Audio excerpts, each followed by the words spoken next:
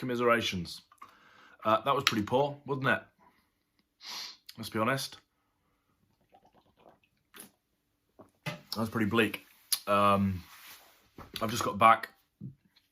I'm not sure if you're aware or if you care. I live near Salisbury. So it's about 100 miles, 90, 100 miles, something like that, to a game. And I finish work at 5 o'clock on a Tuesday or whatever day we're playing. I get changed in the car park, put my top on, put my hamburgers on, and my Newport socks with a dedication. And I jump in my car and I drive the 100 miles or the 90 miles, whatever it is, 2 hours up the road. And I get to Newport and meet my dad, my brothers sometimes, and the brother's girlfriend, all that sort of stuff. And we walk to Rodney Parade and watch the game, and then I turn around and I drive back. Another 2 hours, another 100 miles. And look, it's one of those things, isn't it? Sometimes we win, sometimes we lose. We fight to the end, all that good stuff. But after that match, I got in my car and I put on the group chat with the rest of the guys that do these videos, guys and girls that do a lot with the social media, that sort of stuff. I was like, yeah, I'll do a video when I get back, because I was fuming because it was such a poor performance. I was angry, like really angry, and I was like, yeah, you want a post-match review? I'll do you a video. And I was pumped. I was gonna come in here and rip my t-shirt off and come at you like a 1980s Mega Powers Hulk Hogan sort of promo, talking to Mean Gene or something. I don't know, maybe yeah, something like that. I'm just chatting tripe now, but I've calmed down on my lonely 2-hour drive home. It's midnight now, obviously the night of the loss to Northampton. It was just tonk, wasn't it? There wasn't much going on. Everything we're doing is going backwards. I could probably go through the starting 11 now and tell you why nearly everyone was below average, but it's counterproductive, if you will. Not much is going to come of it. The entire team performance was pretty sloppy.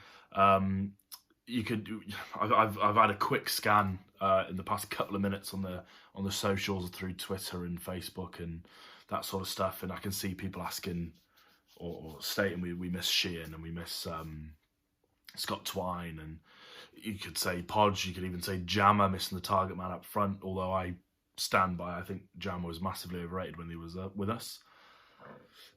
But obviously he's doing great for the vegans.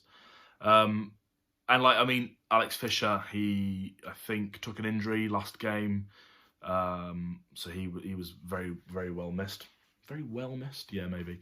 And the likes of Upson and that, who played well tonight. Mickey Dimitri played well, but when your defenders are the only guys you can sort of mention played well, you're struggling. Joe Day's 250th game. He didn't have too much to do. Obviously, he conceded a goal, and it was a scrappy, he could have blinked and missed it sort of thing. There was no massive fault or anything like that. But he also made a couple of good saves and all that sort of stuff, as he always does. Priestley, I think, struggled a bit tonight compared to the weeks gone by. Might have just been an off game or whatever. Livermore played okay. He's only a little lad, isn't he? Timmy Abrahams, I was so excited about him at the beginning of the season, and I don't know now. I know we're only 7 games in, and we could still win the league potentially. Who knows? But I think he just gets bullied up front. And then Kevin Ellison came on, and he played okay, but not much came of it, and it was weird. Really, really, really weird performance. We say Newport County fight to the end. They fought to the end, but for the last 10 minutes, that's when they really fought. And if they did that for the entire second half, then maybe we would have got a result. There was a couple of shots going off, but 1-0 down in the 65th minute, 75th minute, whatever, and our defenders are passing the ball backwards. And where I was stood, over in the terrace, everyone was screaming and screaming. I don't know how much the players can hear. I don't know what they can hear. And you could see the boys keep turning to the dugout and they'll put their arms up like, oh, what do I do? It's like, you should know what to do. You get paid to play football, and you keep looking over at the bench or at the dugout like you've not been training for months with these people. But yeah, it was super frustrating. Yeah, I'm moaning like crazy, but yeah, I'll see you Saturday. It's one of those things, isn't it? How valid's my opinion to yours or whatever? I don't know. But one thing that has upset me more than any of the players' performance, Michael Flynn. I've always been a Flynn in, and I still am a Flynn in guy. And we'll argue about that another day. But never before, since Flynn's taken over, have I looked over to the bench, and this goes for like the last 3 games since he came back from his COVID thing. He didn't stand up for 90 minutes. I didn't know he was there. You see Wayne stood up screaming and shouting at the touchline, and you look over, is Flynn here? Is Flynn even here today? And then you can look over and just about, oh, he is there, sat on his ass for 90 minutes. We're losing, and the boys are looking for inspiration. And he's a massive advocate for we fight to the end and the passion, and he's a Newport boy, and I look to that guy screaming his bollocks off for inspiration. His passion sort of can rile me up sometimes, and imagine what you can do at the half-time talk to the boys. But he was sat on his arse for the whole thing, and Wayne was screaming his bollocks off, and it's like, there's all these rumours constantly of Michael Flynn going, and I don't believe any of them until he tells us, because none of them have been true so far. And there's rumours now about him going off to the gas and all that sort of shit. But he sat on his ass for 90 minutes while our boys are screaming out for a little bit of inspiration.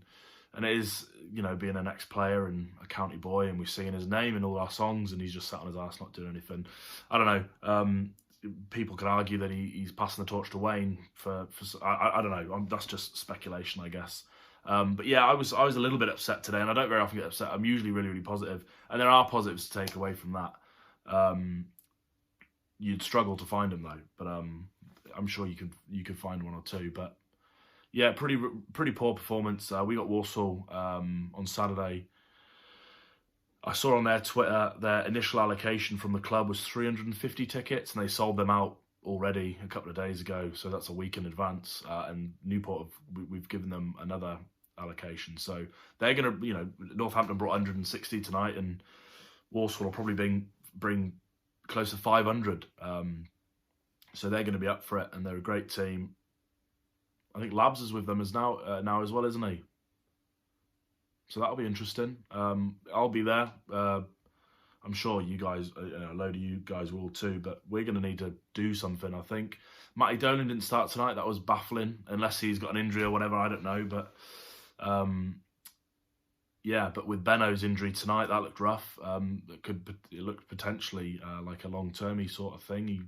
He got carried off on a stretcher, looked to be in a lot of pain.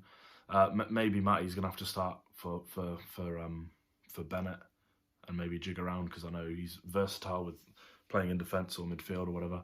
But anyway, yeah, I've waffled on for long enough. I thought I was going to come out here and rip my shirt off Hogan style and start shouting and let me tell you something, brother. But yeah, I've chilled out a little bit on my 2-hour drive home. Luckily, I didn't video this 2 hours ago, because I probably would have swore a little bit more and started a couple of fights or whatever. But yeah, that was bleak. That was awful. It wasn't enjoyable to watch. It was rough. Let's hope for something magical on Saturday. I'll see you there. It's really cool. I walk around Rodney Parade and I get shouts of "Hey Phil" and all this sort of stuff, and I get a load of fist bumps and handshakes and hellos, and I love it. Yeah, I'm my favourite subject to talk about. So if you guys want to come and say hello, I'm more than happy to say hello and all that sort of stuff. We've all got one thing in common at least, haven't we? But anyway, I'm going to bed because I've got work in the morning. It's 7 minutes past 12. Yeah, be nice to each other, and let's hope for a better result on Saturday. See you there. Ciao.